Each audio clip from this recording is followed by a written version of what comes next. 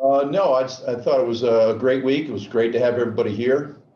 Um, as I told the guys at the beginning of the week that this week was important. We wanted to set the tone for training camp, and I believe we did that. And we covered 5 different phases. The only thing we didn't get to was field goal block, but we did the other core phases. We did field goal today. Kind of got the baseline where we need to be, and then we got to come back ready to work during training camp. Thanks, Priefer. Our first question will be from Jake Trotter. Yeah, hey Mike, could you at this point break down where things kind of stand with the return game? The guys are going to return punts and kicks in terms of personnel.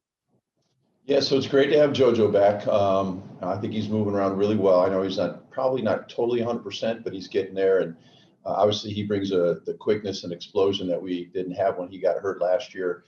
Donovan's been around this week. He's catching punts like he hasn't caught a punt since January, and he's catching them like he's been catching them every day. Did a great job. Dearness Johnson, Demetric Felton's the guy we've got working back there as a punt returner as well. Ryan Switzer, another guy. So we have a lot of competition. We have a lot of different type of skill sets, and to me, it's a wide open job. So we're going to see what happens here down the road. Thanks, Jake. Next is Marla Ridenour.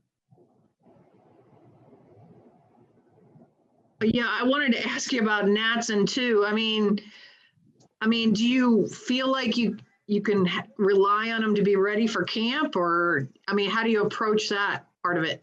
Joe Sheehan, our medical staff has done a great job getting him ready.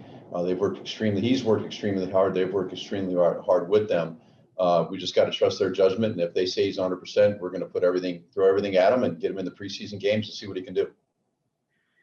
And I was trying to find what I wrote about the Dallas Morning News ratings about the special teams. I don't think you stood very well. I don't know if you put any stock in that, or just how do you feel about how important it is for you guys to improve to kind of reach this level? Good question, Marla. I think fair question. We've got a lot of improving to do. We need to improve our return game immensely. We started the season slow and on kickoff coverage, and I thought we ended the season well. Paul DePodesta uses a formula that basically takes into account everything during a game, and he gives a point to every play with his analytics. And I like that because when we play those 3 games in November, they're horrendous weather, and obviously it's easier to have better stats. And like when I was in Minnesota, we played 9 games a year indoors, including Detroit. So it was easier to have better net punt, do a better job on kickoff. And I'm not making excuses because the weather is the weather. And I love the weather in Cleveland. I think it's that to our advantage. But I know we started slow, but we ended really, really strong. I thought we won, I think, at least 7 out of the last 8 games, including the 2 playoff games on special teams. And that's what I look for. Do I like pridefully, do I like our stats to look better? Of course. And we need to do a better job across the board. And that'll be the constant message during training camps, is constant improvement every single day, not so much to get the stats better, but to put our team in position to win games. Thank you. Yeah. Thanks, Marla. We'll go to Daryl Ryder. Hey, Mike, couple of kicking questions for you. First off, with the couple guys you got in, just what have you seen from them, and how do you see that competition shaping up for camp? So Cody, we asked him to get stronger in this off season, because last off season, we had the virus, and he didn't want to go to the weight room. His wife was pregnant at the time, and he didn't want to jeopardize anything. Nobody knew what was going on, and I don't blame him. And I think he lost some of that strength. So when he showed up for camp, he was not quite as strong as he's been. He put on 7-8 pounds of muscle, and he looks really good. He's stronger. He's kicking off better. He feels more confident. He's still got a little bit of work to do, but I think he's had a really good spring, and he's positioned himself very well for this competition. Chase is a young man that I really like, coming out of Illinois a couple of years ago, and he's bounced around the league, as you guys know. But Chase provides great competition for Cody, and they were very, very even this entire spring. And today was the only day we could do team because we had all our offensive line back, and we did a team today. And I think Chase was 6 for 7 and Cody was 5 for 7, which we need to improve. I don't want to be 7 for 7, to be honest with you, across the board. It's a beautiful day today. But it's going to be great competition. I think it's not so much field goals and PATs. That probably takes a little bit more precedence, but kickoffs as well. We need to improve on kickoffs, and our kickoffs, the kicking part of our kickoffs needs to improve as well. And can you teach distance at this level? More so with field goals than kickoffs. And if you can, how do you go about doing that? And I guess what I'm getting at is it seems like going into the season, long field goals are going to be very important to you guys.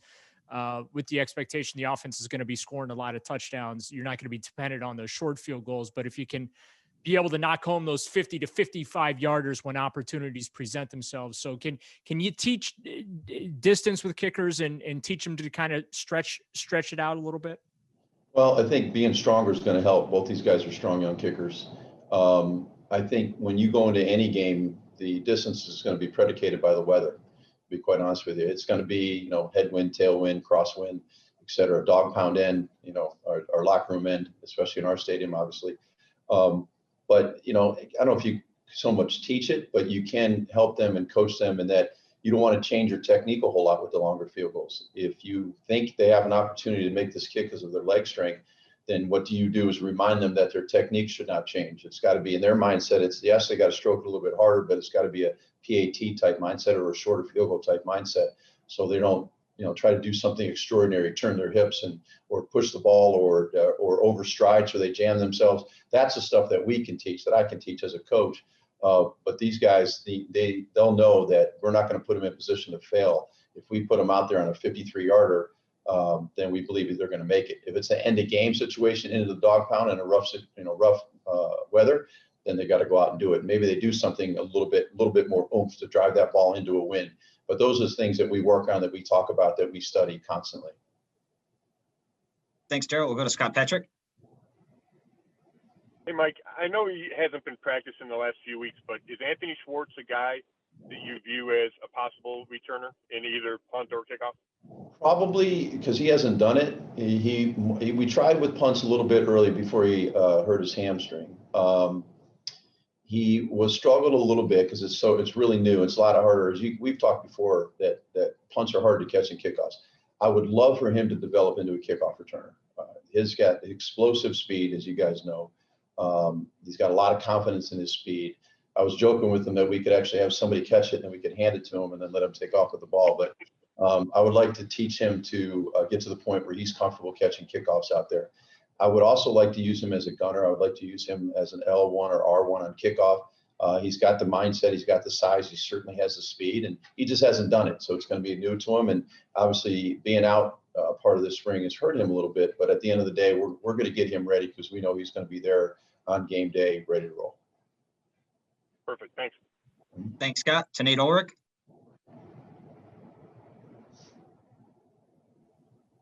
Hey, Mike, I wanted to ask you, you mentioned Felton earlier. Just what did you like about him coming out, and, how do you think he can fit in for you?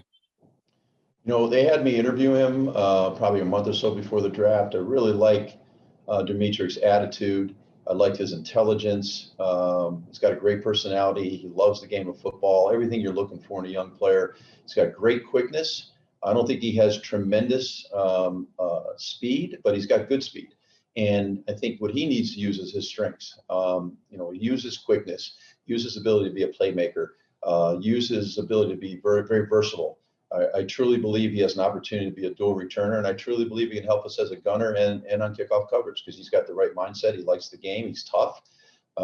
He's available. He's accountable. I know offense threw a lot at him this spring, and I think he's responded very well. And we've done a lot of drill work with him, and we're training him, like I said, to be a dual returner. And I'm excited about his future. I really like him.